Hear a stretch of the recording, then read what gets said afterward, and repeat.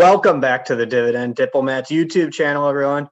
You got Big L and Bert the Herd here. We can't wait to answer a simple question.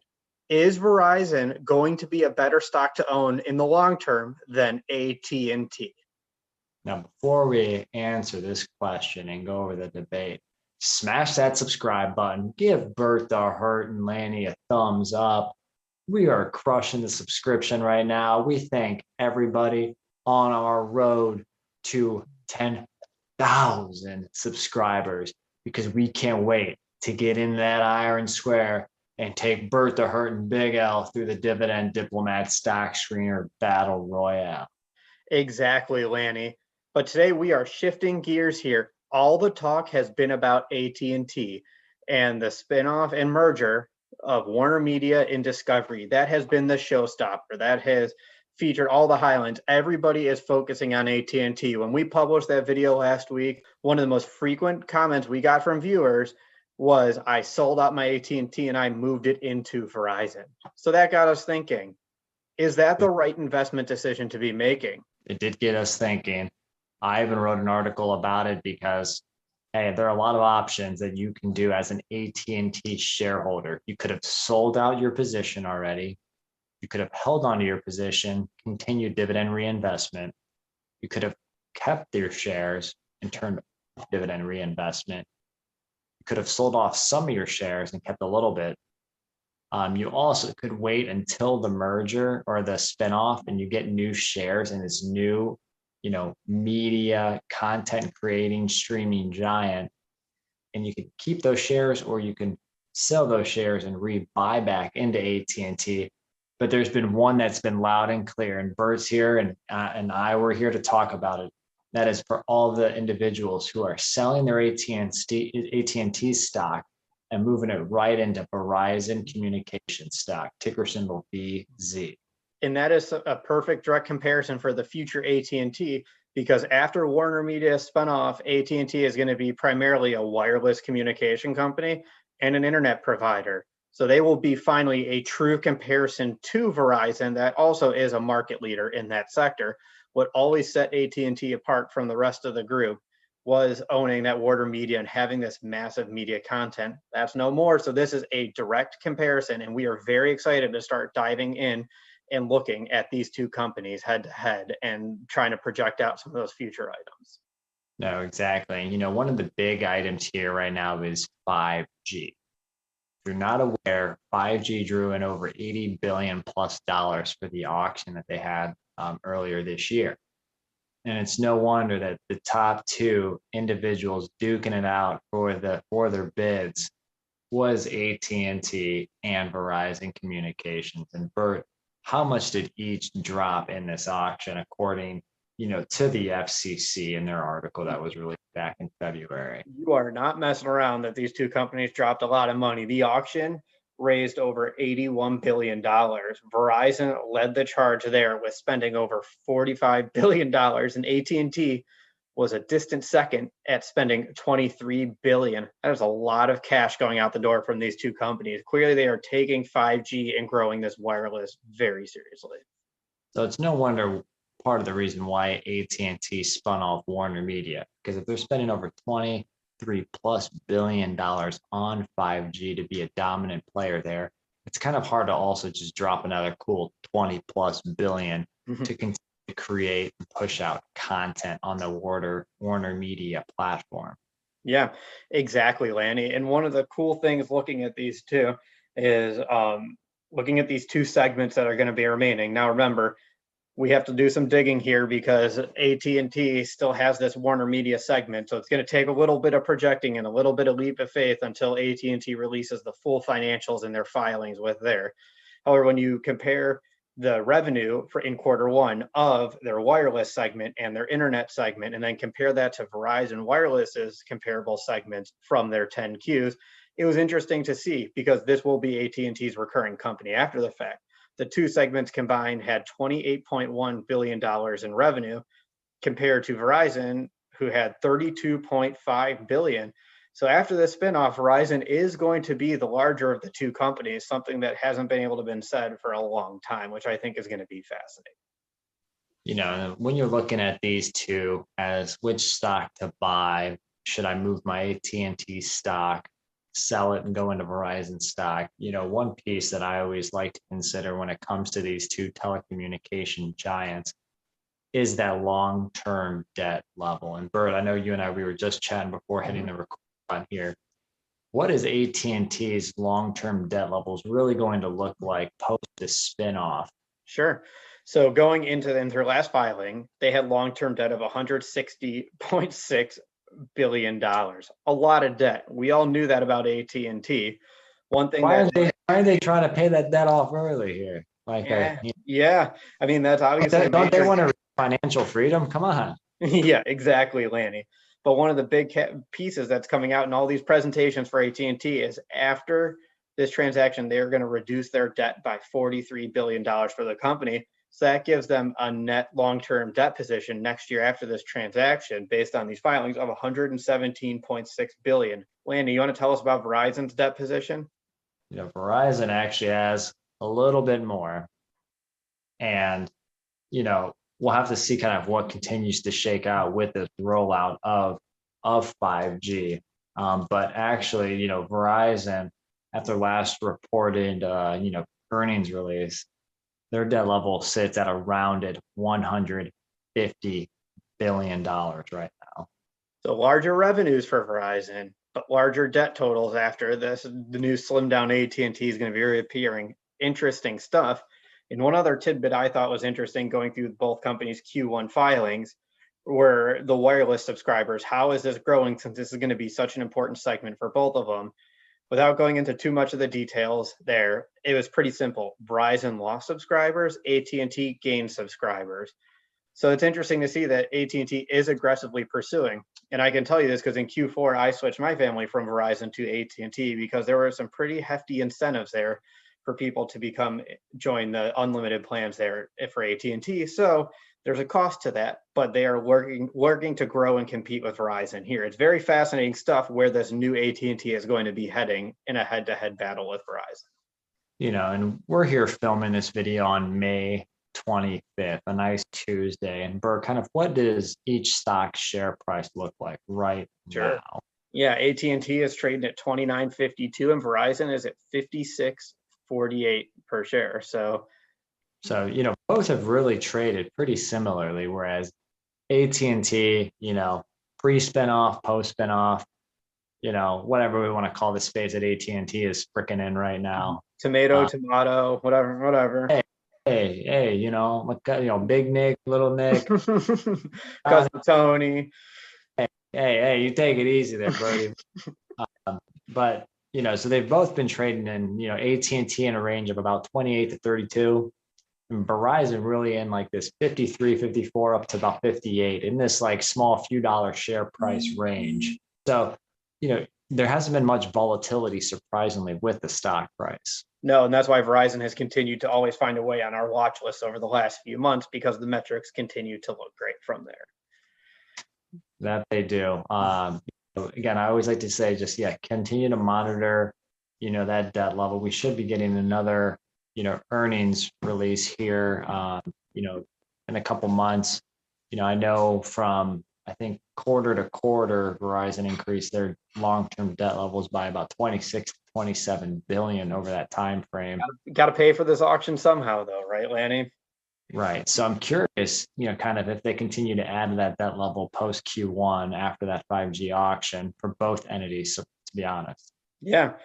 So now, Lanny, now that we've gone through, we've seen, again, Verizon, higher revenues than the slim down AT&T. They're going to have more debt than AT&T, barring any significant changes in the quarterly filings, as you just highlighted.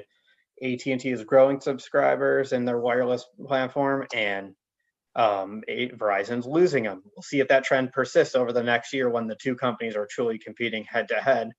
But with any analysis, the true way to see if two companies compare is pulling up the hood and looking the metrics. Lan, you want to give a quick rundown of the Dividend Diplomat dividend stock screener? We're going to run AT&T and Verizon through the Dividend Diplomat stock screener to see which one is actually the better stock to buy or the better stock to own right now, potentially.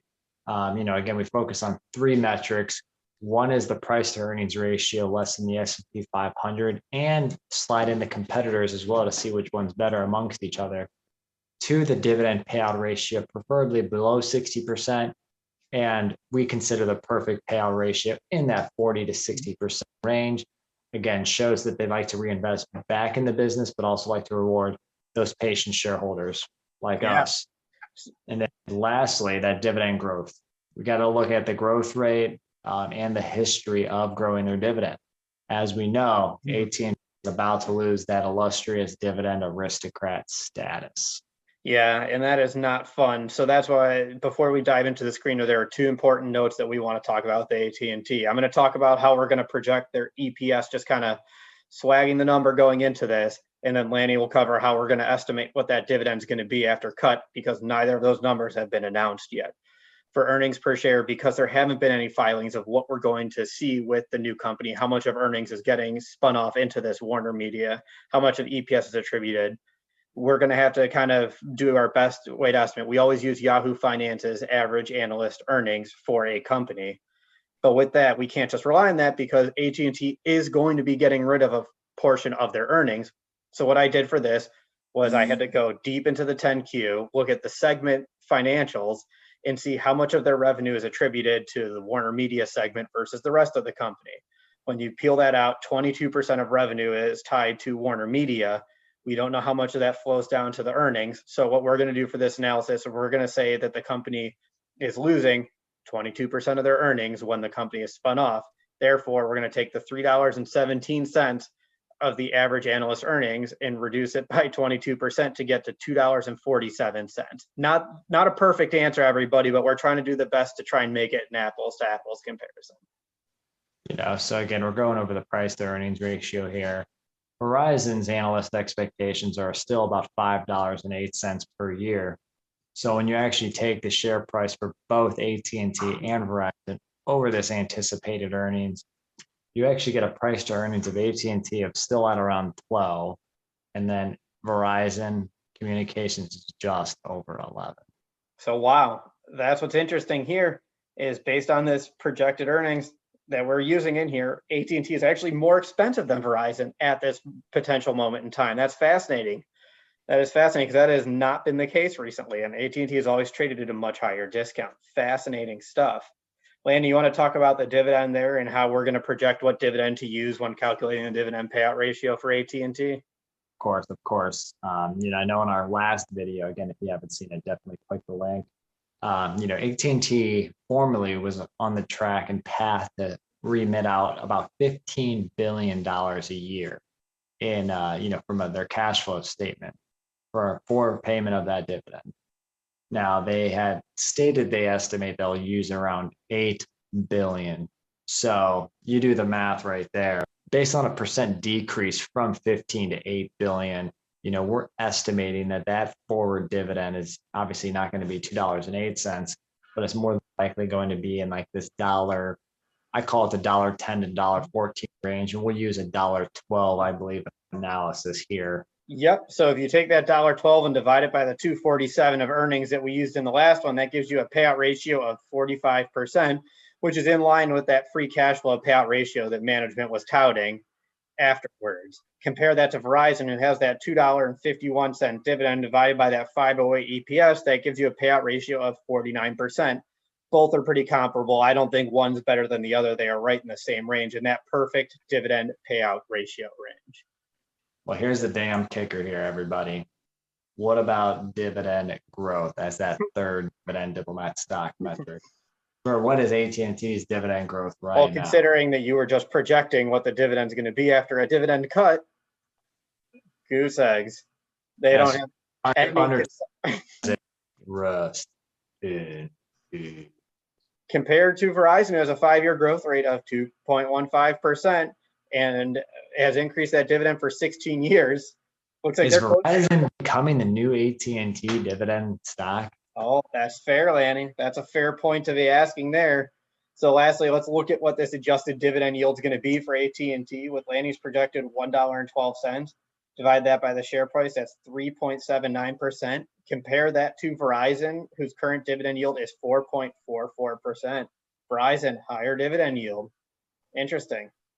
I will say this, right now, AT&T, I don't think, because again, they're still paying out that 52 cents, per share per quarter.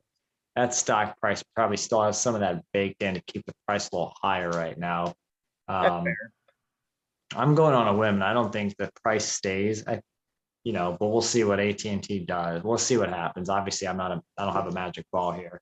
No, but there's so much more to learn about this transaction that could impact the stock price significantly. We saw that as news kept trickling out the first day or two after it was announced, when the stock price immediately jumped, decreased, and now it's slowly trickling back up as more is learned and more the CEO continues to talk and share the news. The one thing with Verizon, they haven't really lost their focus. They're staying, Verizon's big on, the 5G plus their fiber. Again, they're kind of not taking a note from AT&T with what they did, with DirecTV, or AT&T maybe took a note from Verizon. But as we all know, the Verizon Media is being sold to Apollo Funds, which, used to be, I think, the AOL and Yahoo. So they're saying we're out of this business as well. Though it was a much, much smaller transaction deal from, a long time ago, but they are selling it for about $5 billion with similar type of setup where Verizon's retaining around a 10% stake in that company that Apollo is buying. Excellent point, Lanny. So quickly, just to summarize the metrics here, we'll go with AT&T with the adjusted amount. PE ratio 11.94, dividend payout 45%, zero dividend growth. We're not even going to factor that in there. In an adjusted yield after the dividend cut potentially of around 3.8%. Verizon, PE ratio 11.1, payout ratio is 49%, 5-year DGR of 2.15, dividend yield 4.4. Now, of course, I forgot that they've increased their dividend for 16 years. So, I'm looking at this. We talked about some of the summary features earlier in the video from a high level perspective. To me, it seems to be a pretty clear answer here. I can see why people are moving their cash from AT&T to Verizon after this. The metrics are looking very good for Verizon in the head-to-head potential. Yeah, and full disclosure here, I own stock in both AT&T and Verizon. And if you haven't read the articles, watched the videos, I think everybody knows I've been gobbling up Verizon shares. And, I know the goal for me was at least 50 shares, and I did surpass that. We'll put out another purchase video here shortly of what we've been buying. So again, we're not here to push one stock versus the other. And Bert, I think you own both as well. I do. And that was the whole point here. Is the point of this video is also to look at, is Verizon making sense for all of these people? And it seems to be the case that, Verizon, you can make an argument that they are just as strong of an investment, if not better, than AT&T at this time. But to your point, we own both. We own both of those companies. So, for all the viewers out there, we're curious of what you did do, what you still plan on doing. And do you think Verizon is a much better stock than AT&T? And if so, why? And then if you think opposite, where you think, hey, this is perfect for AT&T, AT&T's management did what they had to do, it makes much more sense. We would love to hear your comments and feedback to argue the AT&T side of the equation. Hey, it's all about dividend investing right now and keeping that income growing. So I know everybody is trying to do just that. Exactly. And if you haven't already, make sure you subscribe to our channel, help us get to 10K, give this video a thumbs up so we can continue bringing you dividend news, everybody. We appreciate the support so far. Lanny, you want to send us off here? I'll send us off, brother. So what you gonna do when Bert the Hurt Big L run wild on you, brother? Again, that was Bert and Lanny from the Dividend Diplomats. Over and out.